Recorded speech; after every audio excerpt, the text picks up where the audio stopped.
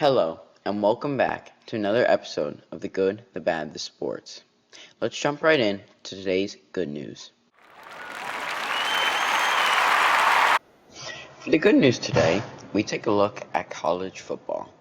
Last night, there was the biggest game, or one of the biggest games in college football history, between the number 1 seed and the number 2 seed. Ohio State was ranked number 1 with no losses this season. On the other side, Indiana was ranked number 2 with no losses on the season either. So this game will determine who has a winless season. This was also the Big Ten championship. This game was incredible.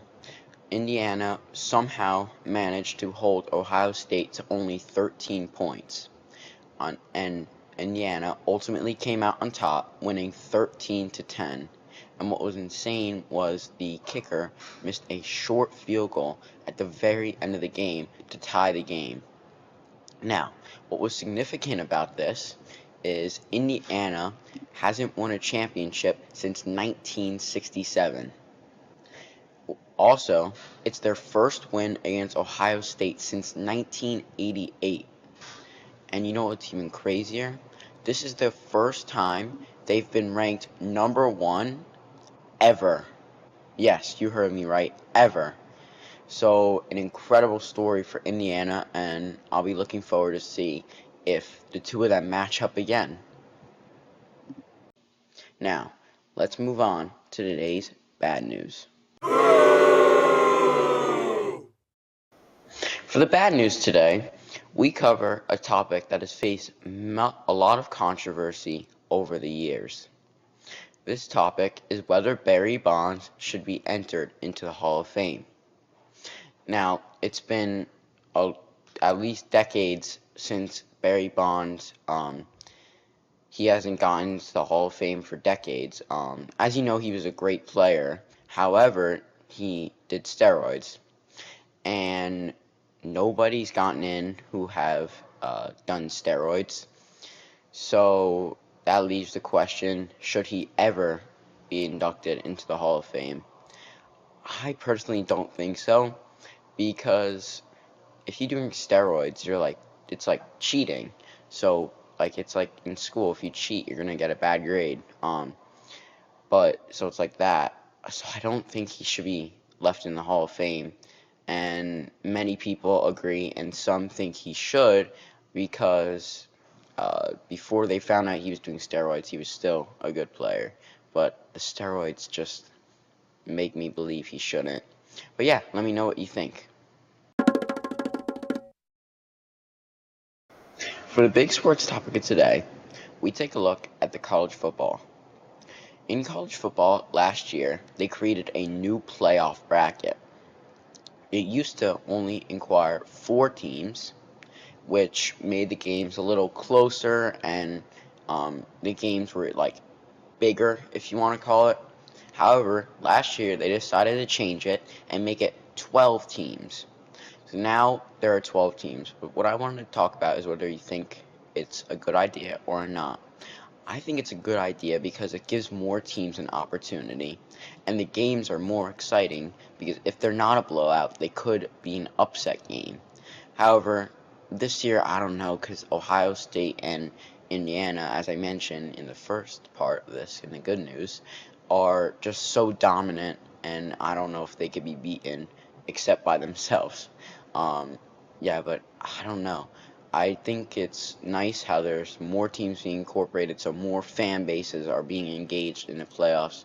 But I think it does take away that big game aspect from the Rose Bowl and that. Yeah, but let me know what you think about the new 12-team college football playoff format. And lastly, to wrap up today's episode of The Good, the Bad, the Sports, we have our Week 14 fantasy and football picks. Now, on Thursday Night Football, the Lions and Cowboys played in a thrilling game. There was a lot of bad luck and crazy things that happened in that game, but the Lions ultimately prevailed, and that was huge because this game right here was practically a playoff game, they called it. Browns-Titans Browns. They're going to destroy the Titans with that incredible defense. And Myles Garrett, look for him to have a million sacks for that defense. Seahawks, Falcons. Seahawks should win that one. They're just a better overall team. Colts, Jags. 8-4 v 8-4. I'm gonna give it to the Jags because the Colts are struggling really big right now, and in the worst time of the year to be struggling, that's for sure. Commanders, Vikings, pretty terrible game. Maybe the Commanders. They looked pretty good against the Broncos last week, so yeah. Bills, Bengals. Bills, but not by much. The Bengals with Joe Burrow are a scary, scary team. Let me tell you that. Saints, Bucks. Bucks. Easy pick right there. Steelers, Ravens. This is another good game. I think the Steelers are going to win ultimately, but I'm going to start this game because this game, I'm going to say close game right here, like very close. Maybe 3 to 7 points. Dolphins, Jets.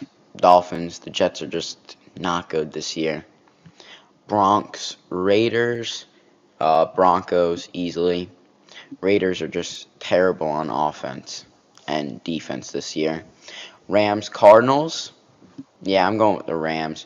They're going to bounce back from last week's loss against the Panthers and come out with a strong victory against a weaker Cardinals team.